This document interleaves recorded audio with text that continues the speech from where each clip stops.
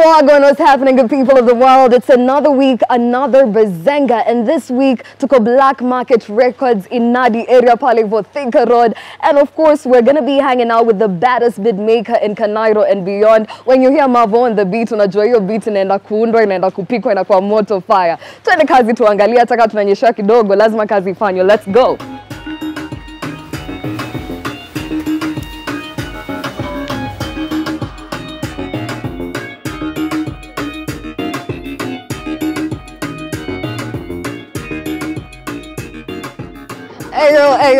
Ayo, no, nafanya kazi hapa hivi.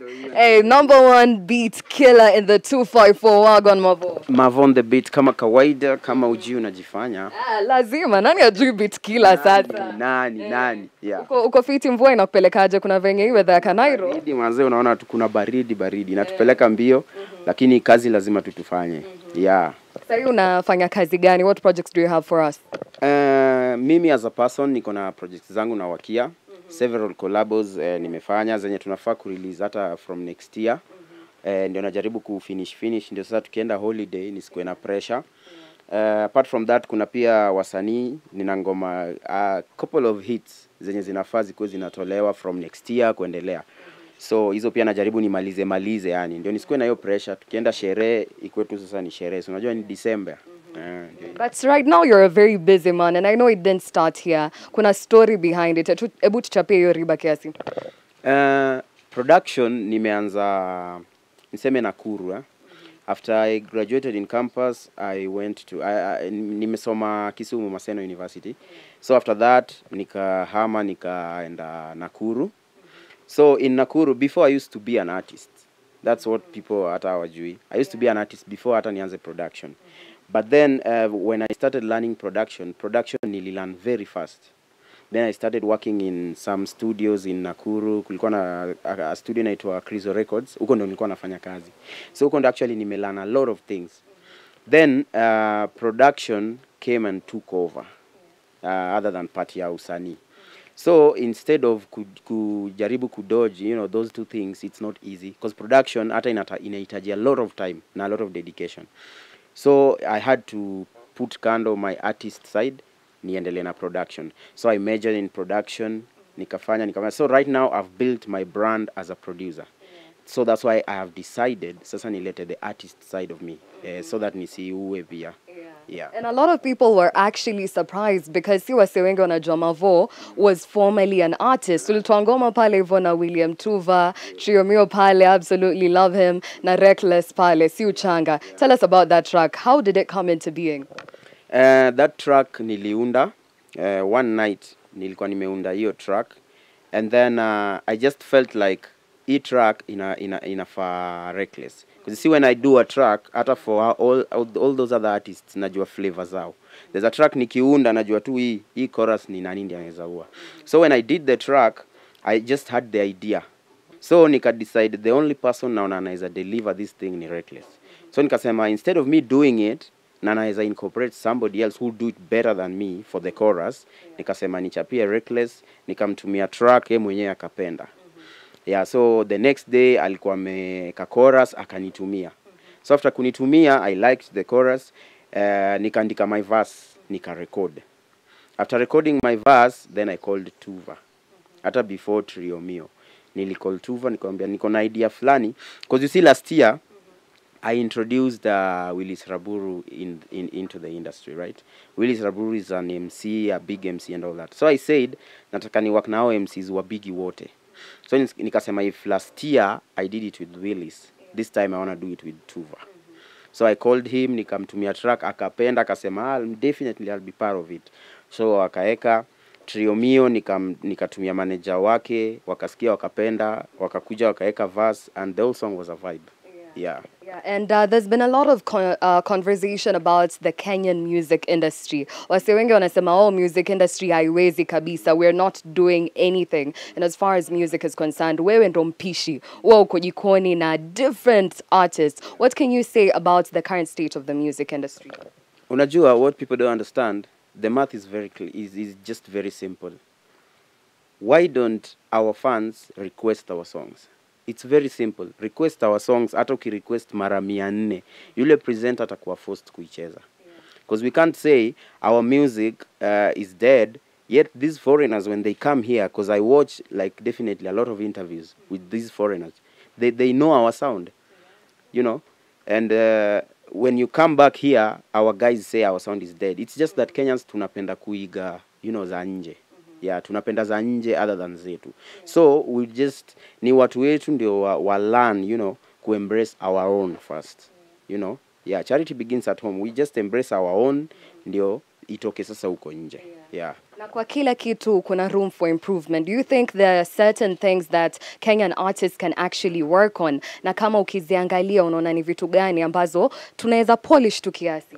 Yeah, there's a couple of things our people need to work on. Kitambo kulikuwa na issues na production na nini. Siku hizi production is, you know, on another level. Videos are on another level. We have very dope directors and all that. So I think our artists pia inafaa tuanze kuangalia how can we take our music over the borders. You know, and across the borders, sasa zitoke nje ya Kenya and all that. And even branding, you know. Because hata wasanii wetu si wenyewe, wasanii hawapendani hao wenyewe. Unaona? People don't support each other. Look at those other countries. They support each other, you know. That is something I think our artists wanafaa ku improve on. On branding pia. Because people just think it's just recording. Most so young artists. There's so many talented young artists. But they think it's just recording, upload your song, you get the views, you get the likes, and it's done.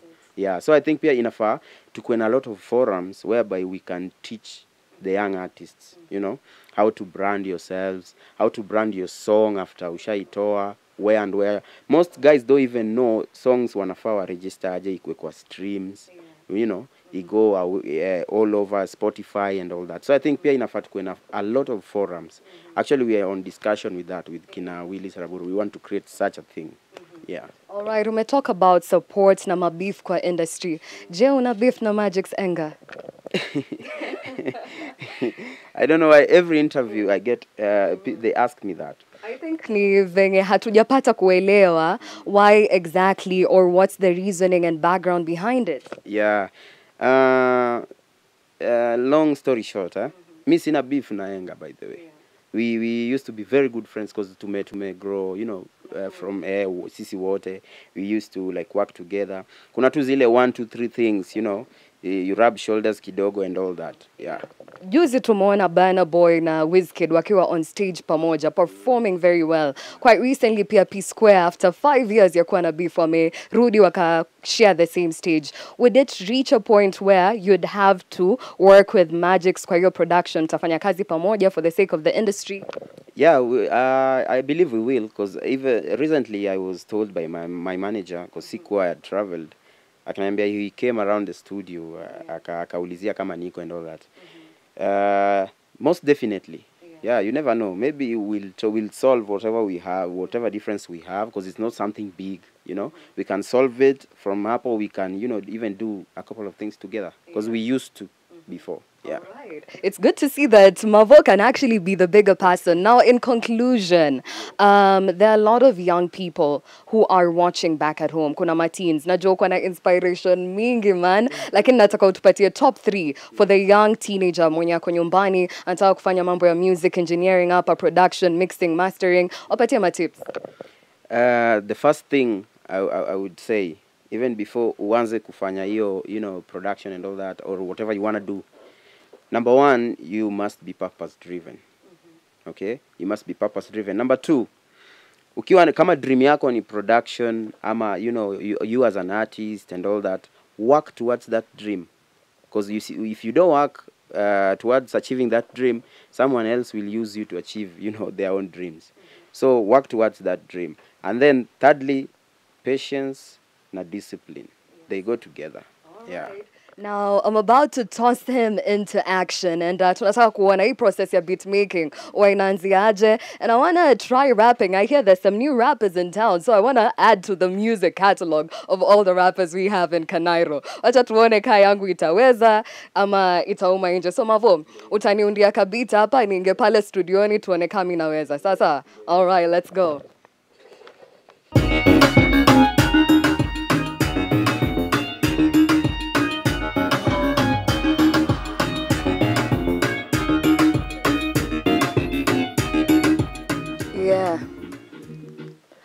Ayo. Mavo, turn me up on them headphones, bruh. Yes, sir. Kana kata daily, miuna kata daily. Huku buda rada nyati si uchanga. Huku buda rada nyati si uchanga. Huku buda rada nyati si uchanga. Ey. Kama kawa nkikuita mi perform. Kama bear wezi fika to by chrome. Hama rapa na wapita job by force. Ngoma za watu wezi skiza 254. Ayo. This is Bazenga of the week. Let us know who you want to see next on Bazenga. Lazima wakwe bazu in that industry they're in. Of course, see you next week. Same time, same place. Apa IV on Teen Republic and TV.